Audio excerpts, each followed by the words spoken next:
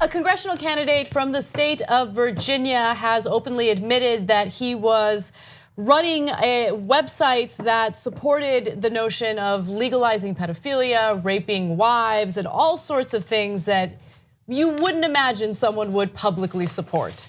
His name is Nathan Larson, and I am going to give you some of the details of what he included, what he himself contributed to these websites.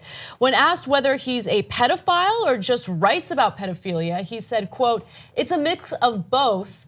When people go over the top, there's a grain of truth to what they say." So when I read you some of the things that he himself had posted on that website, just understand that he himself says that there is a grain of truth to what he's writing, even if it sounds like it's over the top, or even if it is over the top. All right, so these websites have been taken down, and Huffington Post broke this story, and they investigated those websites and tied it back to this congressional candidate. I'm gonna give you some of the other disgusting things that we've learned. He told the Huffington Post, "A lot of people are tired of political correctness and being constrained by it. People prefer when there's an outsider who doesn't have anything to lose and is willing to say what's on a lot of people's minds."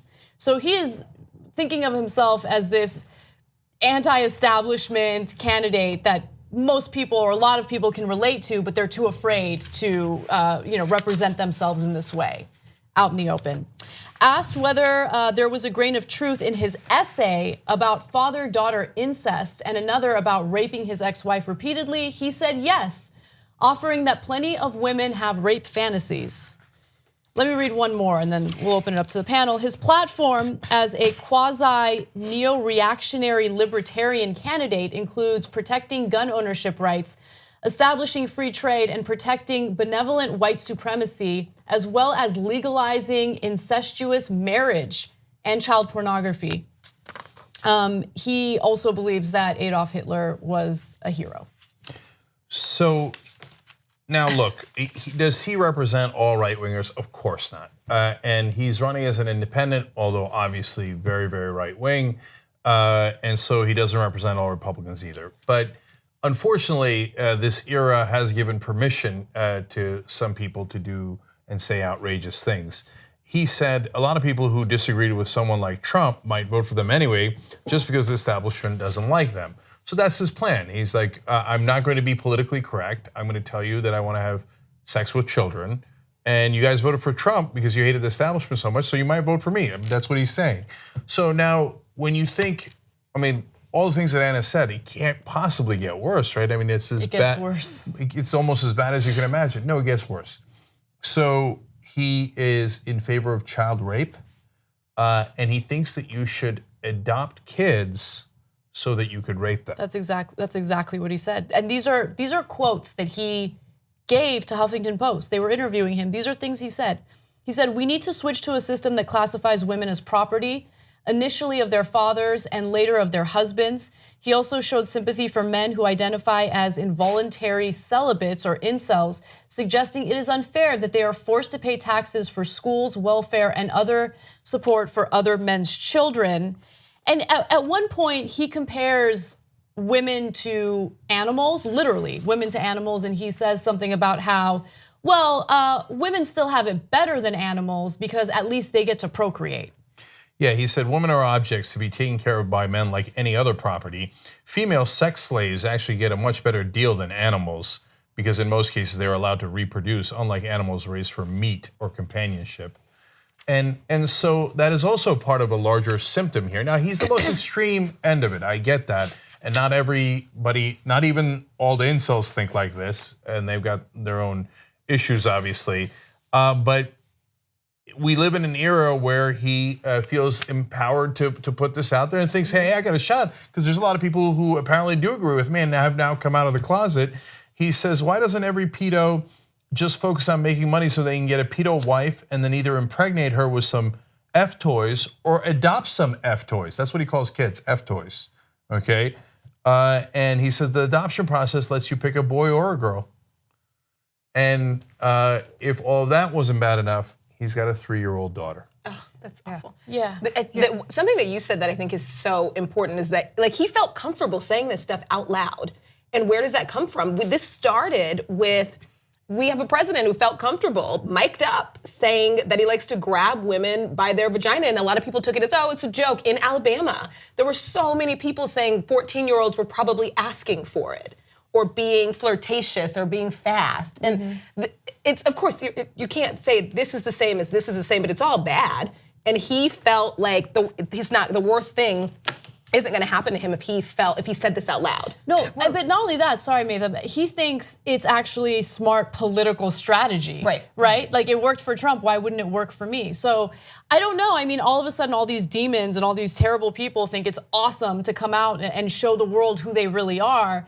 I guess that's a good thing in terms of transparency. At least we know who is dangerous and we should look out for. But at the same time, it's really depressing to know that this kind of thought process goes through anyone's mind. Right, and the fact that this is being interpreted as a tactic, or not just a tactic, but this is interpreted as behavior wherein people are truth-telling. And we are the fearless truth-tellers, like Trump, like 45 was the fearless truth-teller. So that's the most disheartening thing about this story. I mean, there's so many disheartening things. Like I was telling Cenk, I didn't want to know so much about the lingo and the culture and the conversation within this incel, I guess it's called, community. I will bring up some good things about the story. One is that he's not gonna win. It's clearly not gonna win. He has dredged up some of the sewage in our nation. And the second thing, which I was really proud of the USA Today, I mean, we knock a lot of mainstream publication, they outright called him a pedophile and white supremacist. And so thankfully we are naming it in some regard. That was very brave of them to do. Yeah, no, for sure, and I was surprised. The last thing I'll say though is that this is part of a philosophy in libertarianism influenced by Ayn Rand, who wrote Atlas Shrugged and The Fountainhead, this idea of selfish desires guiding your politics. I know I'm oversimplifying it, so for folks who are libertarians, I'm not saying all libertarians think this way, but the ones that are motivated by these really gruesome desires of rape and conditioning it as if it is normal, as if there's nothing wrong with it, as if there is a community, so it's okay, it's justifiable. That sort of stuff does come from this woman's literature and her revival around it. And also, thank you, John Oliver, for talking about how gruesome the kind of political philosophies that her books have produced. Yeah, so a couple of things. So the incel community is different than the pedos, whatever you call them, and I didn't know there was an overlap, but apparently there's an overlap in some areas. Shocker. Yeah, I know. Yeah. And so look, if you have not had sex and you're bummed about it, welcome to the world, right? So that happens for literally almost every guy in the world at some point, right? It's another thing to take that to an extreme, and a lot people read these blogs, people participated in these blogs, and his blogs were that crossover of insanity. So he talked about raping the kids, and people were like, yeah, go get him, etc. He talked about at the end, he's like, well, look, I'm kind of an incel, but it doesn't really count because I keep raping my ex-wife. His ex-wife eventually got a protective order against him, and don't worry, they took his daughter away, and his wife won on that issue, I would imagine easily in court. She, by the way, has passed away, so the 3-year-old is with other family now, and hopefully we'll never see him again. I hope. But now to the part of the incel community, I don't know, I feel weird calling them a community, that is filled with anger and hatred against women. He spoke to that and he said, don't forget, feminism is the problem and rape is the solution. He compared women to animals, which my first thought was, he compared humans to animals. Where have I heard that before? Yeah. So this is, look, it's the most extreme part of it. I hope it doesn't get worse than this. I always say this barrel for right wingers, this barrel doesn't have a bottom. I think we found it. I think this is the bottom. I literally cannot imagine what could be lower than this. Can I read one more of his quotes that he voluntarily gave in an interview? Right. Well, this was actually from one of the websites. This was something that he had posted. He said, And again, let's just reiterate, he does not have custody of his daughter, thankfully. He said, I just want to bang my daughter, actually. But even if it were legal, I'm not sure it would happen since I don't have custody. After sex with kids is legalized, parents or other guardians will still be gatekeepers to some extent, and a lot of them will want to bang their own kids and not share with others. This is so gross. We know that pedophilia exists. It's just, I don't know, even through everything that we've talked about on this show over the years, I just was, I guess, still naive and didn't think that people this bad existed, but he exists.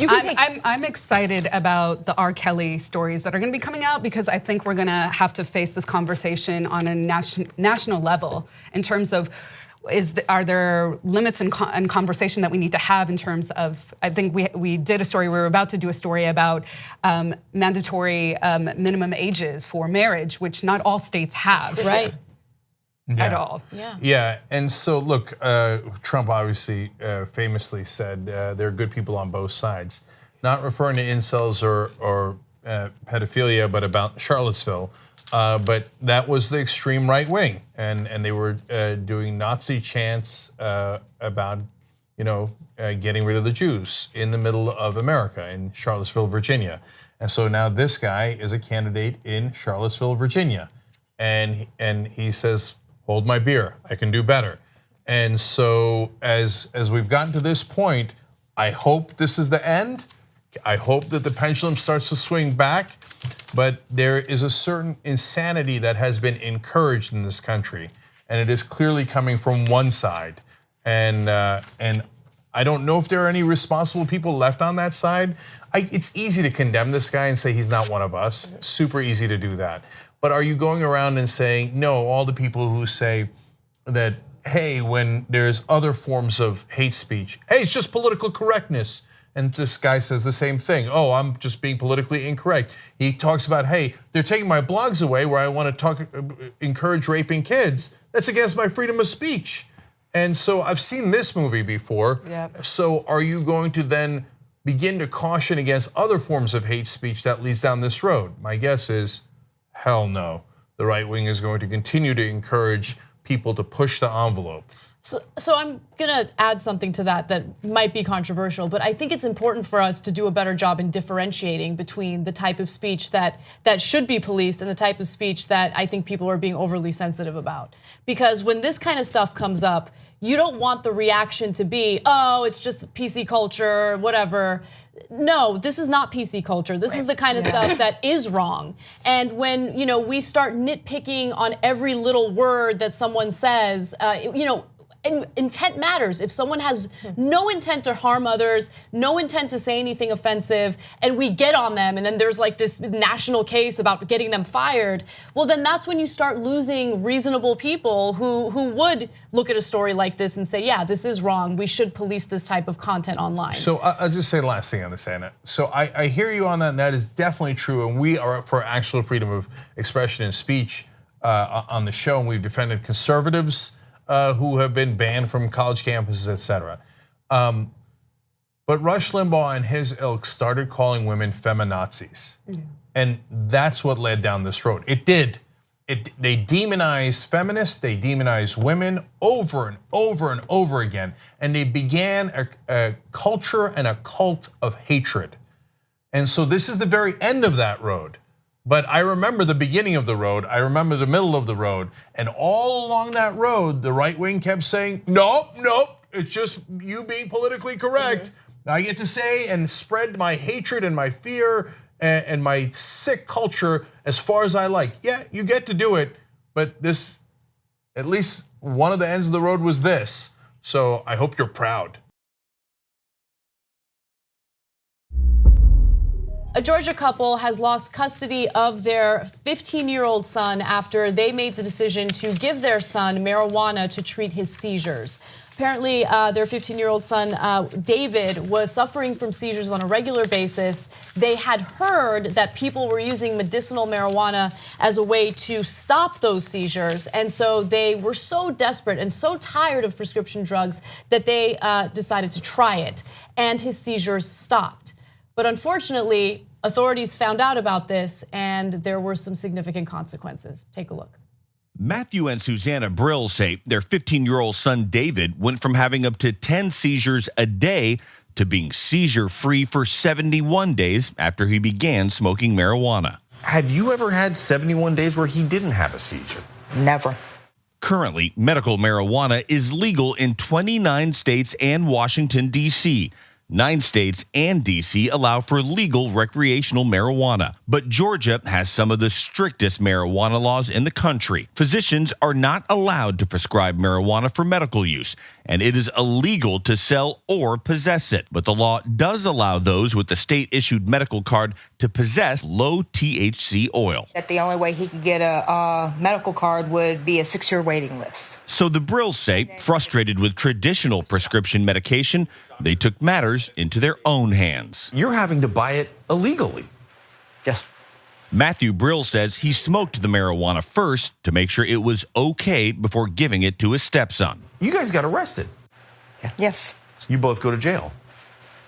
For 6 days. The Brills were charged with reckless conduct after someone alerted the Georgia Division of Family and Children Services. On April 20th, David was removed from the Brills' custody. That day, he had a seizure and had to be rushed to a hospital.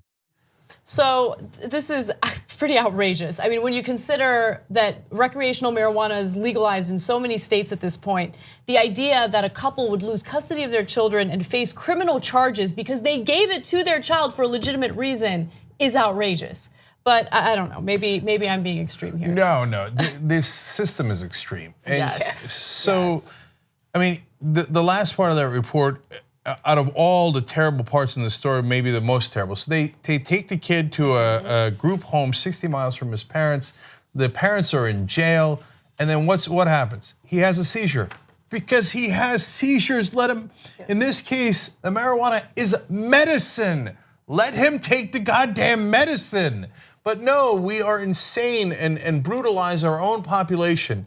And so our answer for you wanna help your kid is we're gonna throw you in jail, and I don't give a damn about your kid. Let him have seizures because my morality says you shouldn't smoke pot. This is why you need the federal government to end the prohibition of marijuana. It's nice to have legalization on a state level, but remember, we still have states that are incredibly conservative, unwilling to accept the science behind the medicinal value of marijuana, and people are getting hurt as a result of that. I mean, I think the responsibility of the department, the Division of Family and Children's Services, should be to protect children and do the least harm to children. And I can't imagine stripping him away from his parents. Yeah. This has affected his health. That seizure was so bad that he had to go to the emergency room. Right. And now he's in a group home 60 miles away from his family. That cannot be the safest option for this kid compared to what they took him out of. It just can't be. It doesn't seem logical. Right. And to Anna's point about, I mean, it's horrific, and I want to get into that part as well, but to Anna's point about it being prohibited on a federal level, well, our Attorney General is going to make it his tenure to make sure that happens. And this is why in Colorado, still there are banking issues if you get money from the legal marijuana, recreational marijuana business and commerce. So I think this is a difficult sort of fight that we're going to have on this level. And secondly, I know so many mothers and fathers with children who are autistic who have tons of seizures, and medical marijuana or recreational marijuana was the only way that they could put an end to it. So this is a very familiar story. This is not a one-off. This happens all the time in cases of children with seizures, and it's remarkable the extreme measures that we take in responding to it, being jailing the parents and then ripping the kid from his home and adding more harm. Yeah. I think they said in here that the reason they didn't just use the THC oil is because it would have taken 6 months to get the license. 6 years. 6 years, right? Yeah, so 6 essentially, years. though, they're arresting the parents and stripping the child away from them, not necessarily because what they were doing was wrong, but just because they didn't wait long enough, because they did it quicker. Like, it's almost like, well, this is okay. It just takes 6 years to get it. If you would have waited 6 years, just he'd let him still be with you, right? Right. Just let him have seizures 10 times a day for 6 years. and then maybe we'll let you have it. This is what we do to our own citizens, and then we call it freedom. And one last thing, Matthew, the dad here, it's his stepson, and they asked him, okay, did you know you could go to prison? He's like, of course I knew that, and he said, I'm a father that did what it took to make sure my son was okay. I want to add something, because I've actually witnessed my brother have a seizure. It was one of the most frightening things I've ever seen. So to witness that at least 10 times a day, of course he would have done that. Of course you would have done that. Right. I bet you Jeff Sessions would have done that as well. Yes, definitely. If one of his children was suffering from that and he knew that would be the only option, I'm sure he would do it. But that's the thing with some right-wingers, They are unable to put themselves in other people's shoes. They don't understand things until they experience it for themselves. 2 police officers in Florida have been placed on administrative leave following an investigation into a viral video that showed the possibility of police brutality. You will see it and you will judge for yourselves. It is a brutal video, but before we get to it, let me give you the context. The police arrested Daniel James Dunkelberger on Hollandale Beach Boulevard on Wednesday afternoon after he was seen taking a cell phone and a charger cable from a car. So he'd burglarized the car. 2 taser shots failed to subdue him, and he braced his body to keep from being shackled. And so the cops responded in the following brutal and graphic way, just giving you that warning. No, bro, what the fuck? You get on the ground before you get on the ground. Get on the ground. Man, what the f? You're right. Get on the ground. Now you gotta get on the ground. Now you're not hurt. Yo, he didn't do anything. Stop hitting him. Right? Stop hitting him. Turn around. We are now. Stop hitting him when he's not. Turn around. He just hit him. Do not hit him. All I am. All I am. I don't care. I understand that he robbed you, but he doesn't need to hit him after the fact. I know. Everyone deserves due process. I understand. I totally understand. But he doesn't deserve to be hit after. After He's what? on the ground. He's handcuffed now. He was on the ground and you're hitting him. You want to see the footage? Do you want to see the footage? Show me the footage. Bro, my head busted open. All right, so the reason why we came across that video is because someone who had, the person that you hear filming it, posted it on social media, on Twitter to be exact, and he also included the following in the tweet. Police brutality in broad daylight on Hollandale Beach Drive. Police heavily beat this man up, busted his head open, led him to bleed heavily. The man is known around the area to be a mentally challenged individual. So the press tried to get in touch with him and they haven't been able to. He's alleging that the man had mental health issues. I have not confirmed that. I haven't seen any confirmation of that, but there is concern about excessive force there, especially when he was already on the ground and they were still using batons to hit him. He's been charged with resisting arrest without violence, which makes me wonder why it took all of that. And then they still had to physically grab him to take him down after the beating. And so my thought is just wondering why it didn't start there. 2 people, 1 person, he wasn't even moving when the video started. I just wondered why all the hits. And the officer had time, the officer standing up had time to argue back and forth. This guy, I'm assuming if he needs that much of a beating, is dangerous and violent and scary. How do you have time to argue with someone standing, not even a part of this, if you're focused on, subduing a dangerous criminal? So with these cop stories, we often have to argue with people, even though we just saw the video. You just saw it. And so, but look, maybe it is that there is an honest disagreement about people's perspectives. So if somebody stole my cell phone and my charger from my car, I'd be mad. I'd be really mad, right? And I'd want him arrested, okay? If they said to me, all right, now we're gonna beat him like what you just saw in the video and hit him over the head like that, do you agree?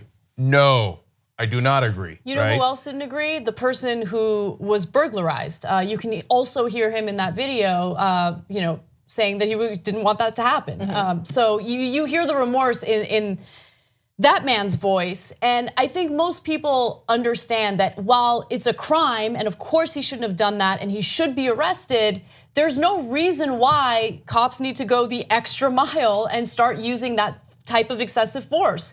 Put him in handcuffs, and that's that. Why does it have to get to that point where they tase him and then they take out their batons and they start hitting him with the batons?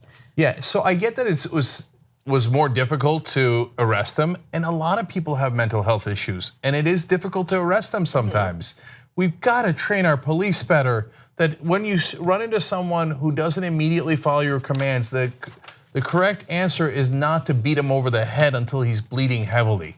And that's unfortunately the go-to move. But the reason I brought up honest disagreement is because I think that there are a lot of Americans that look at that and go, yeah, if somebody took my stuff, I'd want the cops to do that. Wow. I guarantee you there's gonna be a ton of people who watch this video and go, oh, you libs, you don't know anything. And he shouldn't have been stealing.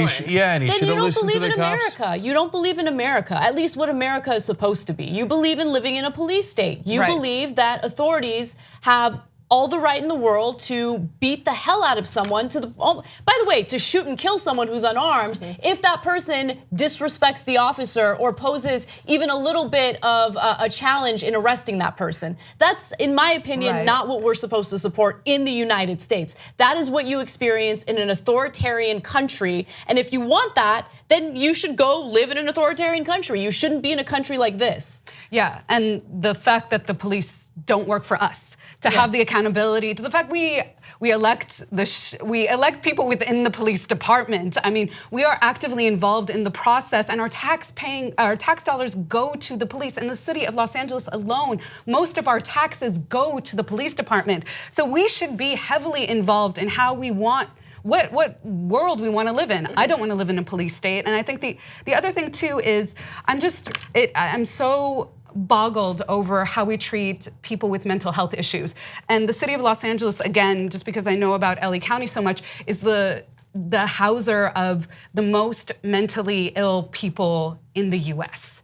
That's got to tell you something, that our resort is to have, our last resort, or our first resort maybe, is to have police use excessive force and to jail mentally ill people or people who have mental health issues. And I'll say something else. Thank you for the cameraman who took that video, bravely uploaded it online, and I understand why he didn't want to reveal his identity, because as we've learned in Ferguson and other places, people who, in Staten Island during Eric Garner's murder, people who did videotape the police misbehaving, they were held to account with higher either sentencing, with more of a heavy punishment, whether it was death in some cases, than the police were. And so, last thing, the police are on leave with pay. One of them is on leave with pay. The other one is retired and went back to the police force. It's a weird story, but it's disgusting. That's just the way it works, yeah. They usually get paid when they're on leave as they're being investigated. And that's the problem with the whole culture. I mean, look at what happened with Chelsea Manning. Chelsea Manning shows, among the different things that she released was the Apache helicopter video where our soldiers mowed down not only innocent journalists, but then first responders who came to bring them to the hospital. So even if they thought, okay, we're not gonna punish them for killing the journalist because they thought the camera was a gun or something, they were careless about it, so no big deal, it's a war. We knew that the people coming to help were bringing them to the hospital and we killed them anyway. Right. But those people never got punished, but Chelsea Manning got punished for revealing it. And so that's why it's not surprising that a lot of times there are no consequences for the people in power, but if you reveal what they are doing wrong, there will be consequences for you. But I agree with Matha that there are acts of courage throughout the country now, and now we're finally getting to see what the ugly side of power looks like. One of Donald Trump's duties as president is to comfort the families of those who have died in school shootings, or at the very least, the school shootings that we choose to acknowledge on a national level. And since the government refuses to do anything to actually make these shootings less likely to happen, it's almost literally the least he can do. He is unfortunately wholly unqualified to do it, and that was demonstrated once again this week when he met with one of the parents of a Santa Fe high school student who died in that shooting. In advance of that meeting, he was speaking with reporters before boarding Air Force One. This is yesterday. And he talked about traveling to Texas, where he said, quote, "We're going to have a little fun today," which is an interesting way to describe meeting the families of those who have been killed in a mass shooting. But that was how he chose to describe it. Now, the mother of one 14-year-old, Rhonda Hart, who was the mother of Kimberly Vaughn, told the AP that Trump, in meeting with her, repeatedly used the word wacky to describe the shooter and the trench coat he wore. She said she told Trump, maybe if everyone had access to mental health care, we wouldn't be in this situation. Hart, an Army veteran, said she also suggested employing veterans as sentinels in schools. She said Trump responded, "And arm them?" She said no, but Trump kept mentioning arming classroom teachers, and she said it was like talking to a toddler. Yeah. Well, instead of arming teachers, this is what I think we should do. We should ban gun ownership. That should be our guiding call. It's time to ban gun ownership. All right, well, he said it, so go ahead and get angry. Ban gun ownership. So, by the way, let's just note for the record, because obviously a lot of people in this country, apparently including conservative Supreme Court justices, can't read. The only amendment in the US Constitution that mentions regulation is the Second Amendment. It says a well-regulated militia being necessary. They choose to ignore that completely. So even if you don't agree with Joe's idea of banning guns, which unquestionably would make us safer, you should at least know that the Founding Fathers wanted us to regulate guns, and anything else that is said is a total and utter lie. You can just read the Second Amendment for yourself. And the reason why I say it would unquestionably make us safer, Joe's proposal, even if you think there are downsides that make it not worth it, in your opinion, is the experience of every other country in the world. And so the idea of mental health, and I know that a lot of people make that suggestion in good faith, oh, we just improved mental health. We have the same exact mental health situation as every other country, but we have infinitely higher gun deaths. And the word infinite is only barely hyperbolic. In Japan, I think they had 6 gun deaths in a year. We have, I think, around 30,000. And that's because, it's not because we're more insane than Japan. It's not because we have more video games than Japan. It's because we have more guns. It's all about the guns. And this is, the NRA, a terrorist organization, holding America hostage so that they can perpetuate this fantasy of some kind of eventual revolt against the American government, or they're protecting themselves against, it is unbelievable to me to think that this man who has so little conscience and so little actual bearing could then anger a woman who lost their child. This is the most difficult kind of story for me to react to, because it hurts so badly. And you just think, yes, we have to ban AR-15s. Yes, we have to ban, these types of weapons. And I agree with you. I think we should take a really long look at saying we don't need guns. We don't need guns in our society right now. The death toll is too high. The consequences to our moral conscience is just too high. I don't want to be afraid to walk into a school. I don't want to be afraid to go to a concert. I don't want to be afraid to walk down the street. This is hand in hand with, again, white supremacy, racism, an enforcement of a certain way of thinking about America, which has to expire. And we have to start to talk about how do we bring about peace and how do we bring about, nonviolence. I'm so sick of people talking about the need for quote unquote reasonable gun control. When unreasonable and obscene things are happening to our kids, the answer isn't let's be reasonable. Let's be unreasonable in the response, which is why it's time for us as progressives to start calling for a ban on gun ownership. And let's also acknowledge, of course, that we're not even getting reasonable gun control. We're not getting anything, and that's why I can't place myself in the position of a parent who just lost one of their kids. Thankfully, I've never had to experience anything remotely approaching that.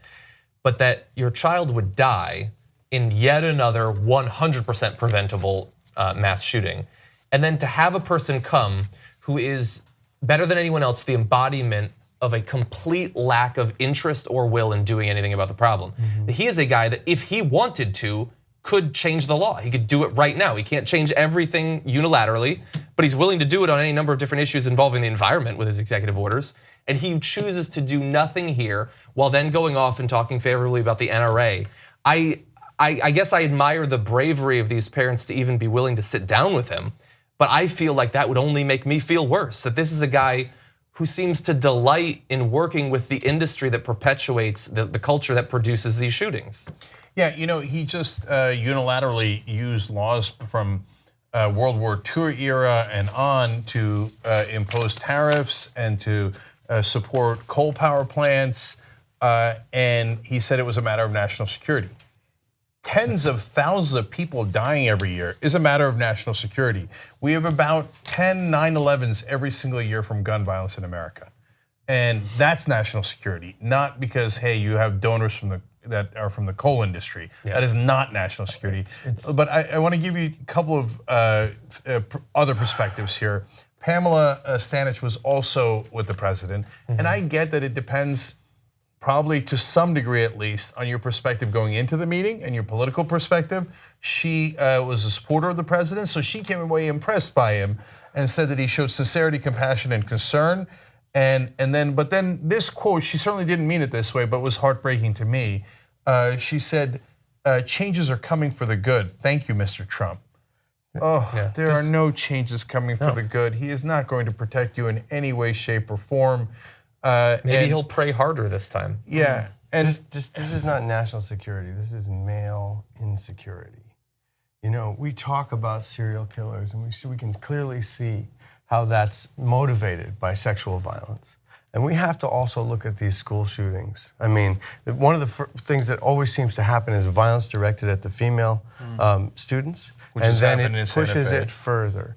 And the truth of the matter is, like, we have a sickness, and our men are running towards guns as some way to assert their rage and needing to push themselves up in terms of power. And I think we have to talk about that part of it. I think we have to talk about how this is a male problem, and mostly a white male problem. So when we're talking about gun control, we also have to talk about these issues what is leading our men down this crazy path? What is this misogyny that's taking root? What is this racism that's taking root? It is so deeply upsetting, but we're never gonna get to the problem unless we actually start talking about the root of it, which is, I think, deeply psychological. Yes, mental illness, but it's not it's a pervasive type of mental illness in America to think that you need a weapon, a rifle, an AR-15 to become a real man. I think that's crazy. I want to give you two last perspectives here.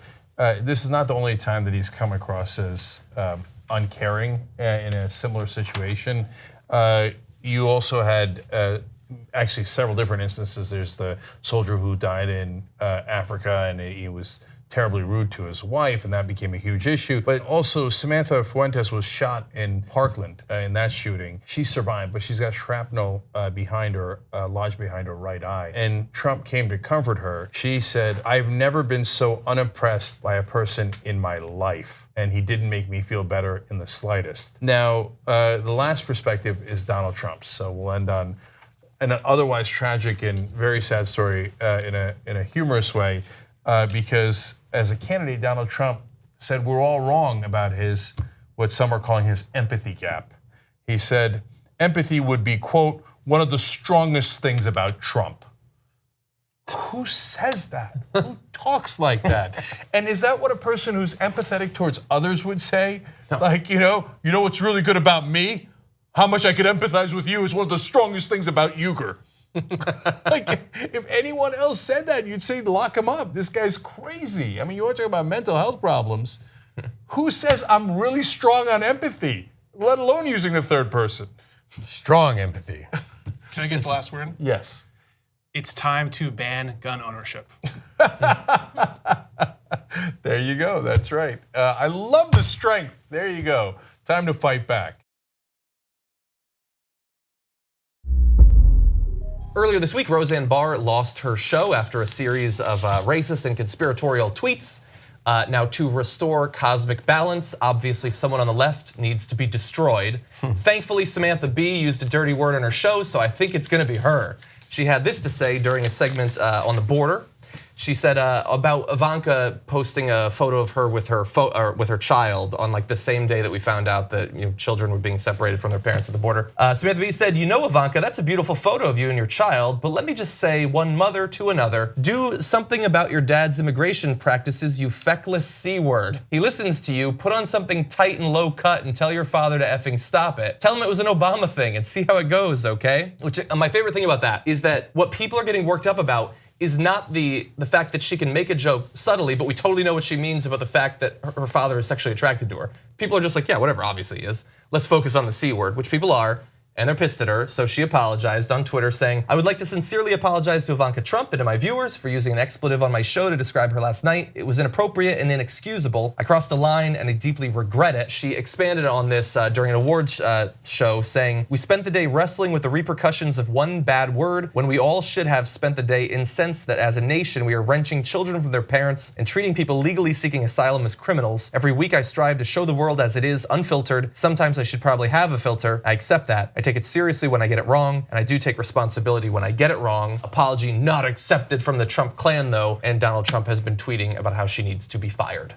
So let's just be clear on a number of things. Ted Nugent used the same exact word and was later, about of course Hillary Clinton, and was later invited to the White House by Donald Trump. So apparently he doesn't mind the word. Roseanne has used it in tweets before. Scott Baio used it and then was invited to speak at the Republican National Convention. So Trump and the Republican Party obviously do not mind the word.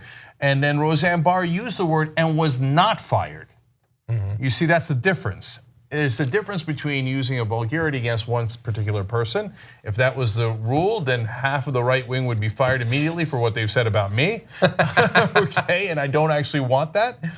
No, and smearing an entire group of people, which is what Roseanne Barr did. If you can't understand that difference, it's because you're trying hard not to understand that difference, or you're a little dense. And then finally, when Sarah Huckabee Sanders pretends to be outraged and says, the collective silence by the left and its media allies is appalling, and talks about, quote, her disgusting comments. Can't any reporter raise their hand and go, didn't the president that you represent say that you should grab women by the pussy? So could you please drink this tall glass of shut up juice while you pretend to care about vulgarity? I mean, we're tolerating this obvious lie by Sarah Huckabee Sanders and the Republicans that they care about it, and then they are offended that if you use vulgarity? What a preposterous notion. Donald Trump is the most vulgar president we've ever had by an order of magnitude, certainly in our lifetimes. And he has not only said those things, he's done those things. So the idea that Sarah Huckabee Sanders or any right winger is outraged by this is nothing but a total lie. It's false, and my mother's Italian, so she taught me how to curse, from a very young age. But I'll say that she hates that word. And that word causes really strong emotions from people, mostly women. But I don't think I've ever heard a woman use that word against another woman, which is sort of, I think, what she's trying to do and get away with here. And you can't equate one white celebrity woman using one word against another white celebrity woman with a white celebrity woman deliberately using a racist epithet against a powerful figure in the government, which is what Roseanne Barr did, right? Yeah. And they're not equatable, right? Yeah. That's the problem here. Like, they're not equatable. And so now immediately it becomes this sort of one-upspersonship in the media, and that you lose the general outrage about the fact that we have a racist administration who was defending racists, and then you had somebody who was using that, defending that administration using racism. That was the whole issue. Samantha Bee's sort of subtle use of a word that will tick almost everybody off in a different context, I think, has to be seen in that way. I can't say about that one. All I'm just saying is I don't think they're equatable, because I think you have a racist administration being upheld by a person who's then a racist, and then a TV station going, I think we're done with this. You know what I mean? It's subtle, but It's a reminder, though, that we can't fight Trump with Trump-like behavior. Yeah. We can't lower ourselves to his childishness. So we shouldn't use those kinds of words, because it just becomes a distraction from the core terrible issues that Trump's advancing. Yeah, and the only thing I'll say to that is I will accept that from progressives like you guys. I will not accept it from the right wing. Just won't. So the minute the Trump administration says she should be fired or her show canceled, I say, yeah, the minute you condemn Ted Nugent, Scott Baio, Roseanne Barr, and Donald Trump, and if you want Samantha Bee to lose her job, deal, as long as Donald Trump steps down and loses his job. Yeah, well, that's a good point. Yeah, To be fair, she'd probably agree to that. But don't apologize to racists. Don't apologize to authoritarians. Don't let this whole media cycle force you into a box where you are saying, I made a joke and I used a word and I was being provocative with something that is actually causing really deep hatred. You know, I don't think you can make that equation, and that's what's happening in the media right now. And don't pretend that people are operating with good faith who have literally never in their record done so.